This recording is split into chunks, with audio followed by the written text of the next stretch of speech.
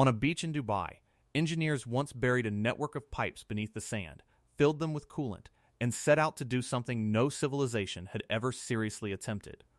They were going to air condition the outdoors. The idea was to chill the sand itself so that the wealthiest guests could lie on a beach in a desert without the ground burning their skin, while giant fans wafted a manufactured breeze across the shore. It sounds like a joke, or perhaps a modern fable about human hubris. It was neither. It was simply the logical and almost inevitable endpoint of an idea that has come to define one of the richest and most ambitious cities on Earth. The idea that with enough money and enough machinery, heat is not a limit, but an inconvenience. Something you can purchase your way out of. Dubai bet its entire way of life on that single idea. It spent untold billions to make it real. And the heat, patient and utterly indifferent, got inside anyway. To understand how far this went, you first have to understand that Dubai is not a city that merely uses air conditioning. It is a city built inside air conditioning. In the summer, when temperatures climb past 50 degrees Celsius and the air feels like the breath of an oven, cooling is not a comfort. It is the precondition for the city existing at all. Roughly half of all the electricity Dubai consumes goes to fighting the heat, and at the hottest moments of the hottest days, that figure climbs towards 70%. Think about what that means. The single largest thing this metropolis does, more than lighting, more than industry, more than every other use combined, is refrigerate itself against a climate that wants to kill it, and the machinery behind that is staggering. Beneath the gleaming towers runs a hidden empire of what the industry calls district cooling. Instead of every building sprouting its own clumsy air conditioners, enormous central plants chill vast quantities of water and pump it through insulated pipes buried under the streets, feeding cold into entire neighborhoods at once, into whole districts of skyscrapers and malls and apartments. One company alone operates more than 1.5 million tons of cooling capacity across well over 1,000 buildings. The wider market for this frozen water in the region is worth billions of dollars and climbing fast towards several billion more. This is not a side feature of the city. It is the circulatory system. Turn it off, and Dubai, as a livable place, would cease to function within hours. It helps to sit with the sheer physical reality of that for a moment. Cooling on this scale is not a matter of a few humming boxes. It is an industry with its own plants, its own regulators, its own pricing tiers, its own workforce, consuming rivers of electricity and enough water to make the chilling possible. In the hottest weeks, a resident's cooling bill can double or triple, and for many households, the cost of staying cold rivals the cost of the roof over their heads. An entire second economy has grown up around the simple act of not overheating, with companies whose only product is cold, delivered by the ton through pipes, metered like gas or water. In most of the world, air conditioning is an appliance. In Dubai, it is closer to a utility, as fundamental as the power grid, and in the summer, it effectively is the power grid, since it swallows the lion's share of everything the generators produce. The city has in effect reorganized a huge portion of its wealth and infrastructure around a single mission, keeping the inside cold. But the towers and the malls were only the beginning, because once you accept the premise, once you decide that the outdoors is a problem to be solved rather than a reality to be lived with, there is no natural stopping point. So Dubai kept going. It built what are believed to be the world's first air-conditioned bus stops. Glass pods chilled to a pleasant 22 degrees, while the pavement outside shimmers at 50. There are now hundreds upon hundreds of them scattered across the city. It built climate-controlled walkways and indoor promenades that let you move between malls without ever touching outside air. It cooled its shopping centers so aggressively that people wear jackets indoors in the middle of a desert summer. It cooled swimming pools so the water wouldn't turn to warm soup. It designed misted plazas and shaded canyons and refrigerated corridors, an entire parallel city of manufactured coolness laid over the top of the furnace. The ambition was total. Dubai was not going to adapt to its climate. It was going to overrule it. And on the surface, it worked. That is the seductive part. Step off a plane into the arrivals hall, and you may not feel real outdoor heat for days.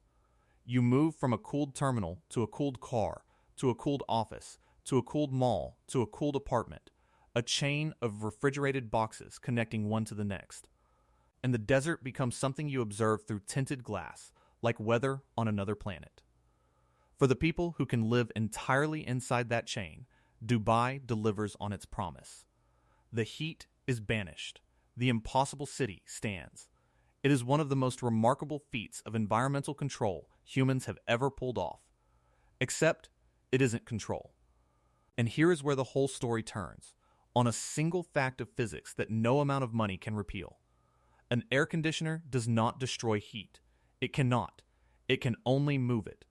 When you cool a room, you are not making the heat disappear. You are pumping it out of one place and dumping it somewhere else, along with the extra heat generated by the machine doing the work. Every cooled tower, every chilled mall, every one of those frosty bus stops is, on its other side, a heat exhaust, breathing warmth back out into the street. The city is not eliminating its heat. It is relocating it, from the inside to the outside, from the spaces people occupy to the spaces between them. And in a place cooling itself on this scale, all of that exported heat has to go somewhere. It goes into the very air the city is trying to escape. Scientists have measured this, and the numbers are unsettling. Studies of hot cities have found that the waste heat pouring off air conditioners can raise the outdoor temperature significantly, especially at night. In some places, the machines add more than a full degree Celsius to nighttime air enduring severe heat. That boost can climb toward 2 degrees or more. That may not sound like much until you understand what nighttime heat does to a city. During the day, the sun is the enemy, and everyone expects it. But a city is supposed to cool down after dark. That nightly recovery is how human bodies survive a hot climate, how they shed the day's accumulated strain. When the air conditioners run all night, dumping their exhaust into streets that never get the chance to breathe, the nights stop cooling. And a city whose nights no longer cool is a city where the heat has quietly stopped leaving. There is a second, quieter way the built city cooks itself, and it compounds the first. Dubai is a landscape of concrete, asphalt, steel, and dark glass, materials that drink in the sun's heat all day long and then release it slowly through the night, long after sunset. Cities the world overrun several degrees hotter than the countryside around them for exactly this reason. An effect scientists call the urban heat island, and at night that gap can grow dramatically as all those hard surfaces exhale the day's stored warmth. Dubai took a naturally brutal desert and paved it, glassed it, and packed it with towers, replacing the sand and scrub, which at least cooled off quickly at night, with a mass of material engineered, almost accidentally, to hold heat. Then it added the air conditioners on top, breathing their exhaust into that same trapped air. The urban form bakes the city. The machines that fight the baking add their own heat to it, and the two effects feed each other.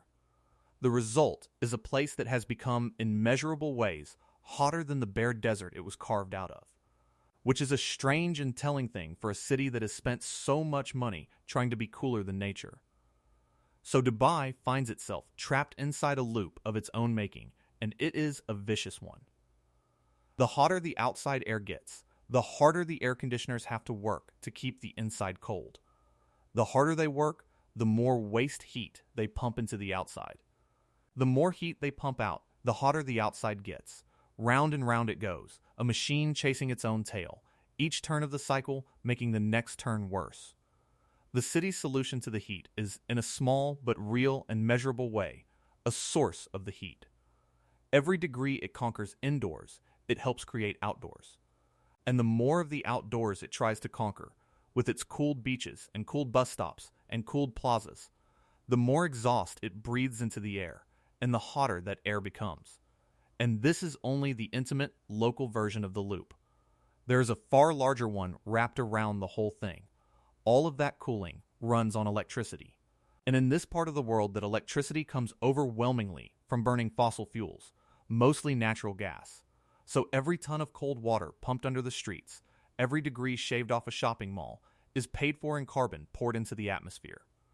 That carbon warms the entire planet, including the Gulf, which happens to be warming faster than much of the rest of the world. The warming planet makes Dubai's summers longer and fiercer, which demands still more cooling, which burns still more gas, which releases still more carbon. It is the same feedback loop as the waste heat, only scaled up to the size of the sky. The city is not just relocating its heat across the street, it is helping to heat the world that is heating it. The bill for staying cool today arrives, with interest, as a hotter tomorrow. Now push this forward, and you arrive at the thing that should genuinely frighten anyone paying attention: a hard, physical ceiling that Dubai and the entire Gulf are creeping toward. Scientists measure the deadliness of heat not just by temperature, but by something called the wet bulb temperature, which combines heat and humidity into a single number. It matters because the human body cools itself by sweating, and sweat only works if it can evaporate. In dry heat, you can survive astonishing temperatures as long as you can sweat and drink. But when the air is both hot and humid, the sweat stops evaporating, and your body loses its only way to cool down. There is a threshold, widely cited at around 35 degrees of wet bulb temperature, beyond which a healthy human being sitting in the shade with unlimited water will simply overheat and die within hours. There is no adaptation to it, no acclimatization. It is a wall. And the Gulf, with its scorching air sitting on top of a warm, evaporating sea, is one of the very few places on Earth already brushing up against that wall. Coastal readings in the region have flirted with levels once thought nearly impossible. The world's leading climate body has warned that extreme wet bulb temperatures in the Gulf are expected to approach and possibly exceed the outer limit of human survivability. Researchers who study this describe a future in which parts of this region could, for stretches of the summer, become physically unsurvivable outdoors for an unprotected person. Not uncomfortable, not merely dangerous. Unsurvivable, and it is worse than the single headline number suggests, because severe heat strain sets in well below that ultimate ceiling. The body begins to fail, for someone doing physical work, at wet bulb levels several degrees lower than the theoretical death line, which means the zone of real danger is not some distant extreme, but a condition the Gulf already meets on ordinary summer days. The 35-degree wall is simply where survival ends entirely. The suffering, the kidney damage, the collapse. All begin long before you reach it. That is the climate Dubai is building its refrigerated paradise inside of, and it means the air conditioning is no longer a luxury laid over a harsh but livable place. It is becoming the thin membrane between millions of people and a heat that can kill. Which raises the question the glossy brochures never ask: who lives inside the membrane and who lives outside it? Because the cooled city is not shared equally. For the residents and tourists moving through the chain of chilled boxes, the heat is an abstraction. But Dubai, like the rest of the Gulf, was physically built and is kept running by an army of migrant workers, many of them from South Asia, who labor outdoors in the very heat everyone else is paying to escape. They pour the concrete, hang the glass, tend the gardens, and now weave through traffic on delivery bikes, out in the open air at 50 degrees. They are the ones who feel what the city's promise actually costs. The authorities know it is dangerous, which is why the Gulf states impose a midday ban on outdoor labor during the peak summer months, ordering work to stop for a few hours in the early afternoon. But researchers who study heat have shown again and again that these bans are a fig leaf. The most punishing heat stress often arrives in the late morning, before the ban begins, and the sweltering. Uncooling nights stretch the danger long past when it ends. The bans are tied to the calendar, starting on a fixed date in mid-June, but the heat increasingly does not read the calendar, arriving in dangerous force weeks earlier, in May, before any protection kicks in. Experts who measure occupational heat stress with the proper tools, the ones that account for humidity and not just temperature, argue that the safe thresholds are routinely blown past for hours a day while work continues. Human rights investigators who interview these workers year after year describe a grim and repeating picture: bodies pushed past their limits, heat exhaustion, collapse, chronic kidney damage from years of dehydration, and deaths that are rarely counted honestly against the heat. Some workers describe wage deductions if they are caught resting, a financial penalty for the simple act of not collapsing. One worker, describing a Gulf summer, said his body was drenched in sweat from head to foot, that not a single part of him was spared. Another said the air itself felt like fire. This is the other side of the refrigerated beach. The same city that will chill the sand for a billionaire's comfort sends other human beings out to build it in air that is approaching the edge of what a person can endure. So there are, in a sense, two Dubai occupying the same coordinates. There is the interior Dubai, the cool one, the one in the advertisements, where the temperature is always a perfect 22 degrees and the heat is a rumor. And there is the exterior Dubai, the real climate, growing hotter in part because of the exhaust from the first one, where the people holding the whole spectacle up are exposed to a heat inching toward the limit of survival. The billions spent on cooling did not remove the heat. They sorted it. They pushed it out of the spaces that belong to the powerful and into the spaces that belong to everyone else, and out into the shared air, and forward into the future. The heat was never defeated. It was only temporarily redistributed, and even the interior Dubai, the cool one, is more fragile than it looks, because the entire membrane depends on one thing never failing: the power. All of that district cooling, all those chilled towers, hang on an electrical grid straining under a load that is itself made heavier every year by the rising heat. Push a hot enough summer against a grid stretched that thin, and a serious outage stops being a mere inconvenience. In a place where the outdoors is drifting toward unsurvivable, the failure of the cooling is not darkness. It is danger. The city has made itself utterly dependent on a machine that must run flawlessly, forever. And a climate specifically becoming more hostile to machines and the grids that feed them. It has traded the old vulnerability of a hot but survivable desert for a new one, of a comfortable interior that is only ever one blackout away from the 50-degree truth outside the glass. None of this is really a story about Dubai being foolish. Dubai is in many ways brilliant at what it does, and its engineering is genuinely world-leading. The point is deeper and more uncomfortable than that, because Dubai is not an exception. It is a preview. As the planet warms, more and more of the world is reaching for exactly the same solution Dubai reached for. Air conditioning is spreading across India, across Africa, across the hot and rapidly growing cities of the entire global south, and the appetite for cooling is one of the fastest rising energy demands on Earth. Billions of people who have never owned an air conditioner are about to want one, and understandably so, because as the heat rises, cooling stops being a luxury and becomes a matter of survival. Every one of those machines will do what all air conditioners do: cool the inside, heat the outside, burn the fuel, warm the world. The whole planet is beginning to make the same bet Dubai made, that we can cool our way through a heating world, and Dubai is simply the place where that bet has been running the longest and pushed the hardest.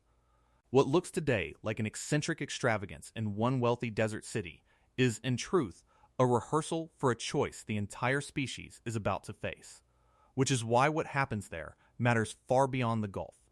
Dubai is the experiment run to its extreme, the richest possible version of the strategy, with essentially unlimited money thrown at it. And the lesson of that experiment is the one the physics guaranteed from the start. You cannot air condition your way out of heat.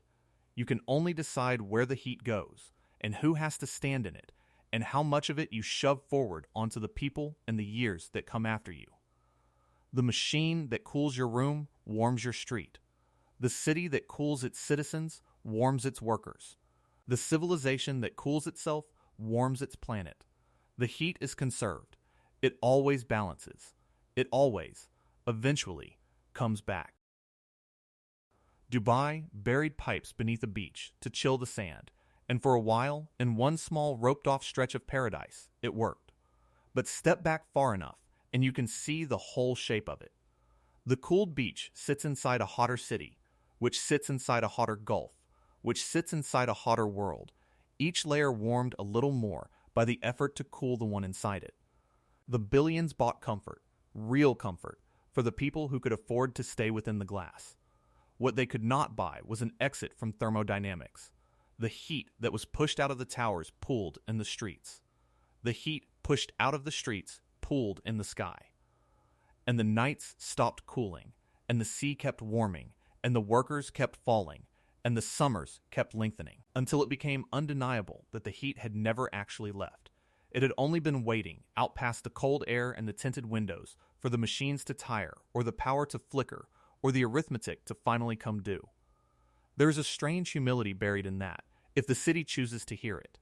Heat cannot be bought off, or banished, or exiled to somewhere it will never be missed. It can only be managed, shared, and ultimately reckoned with.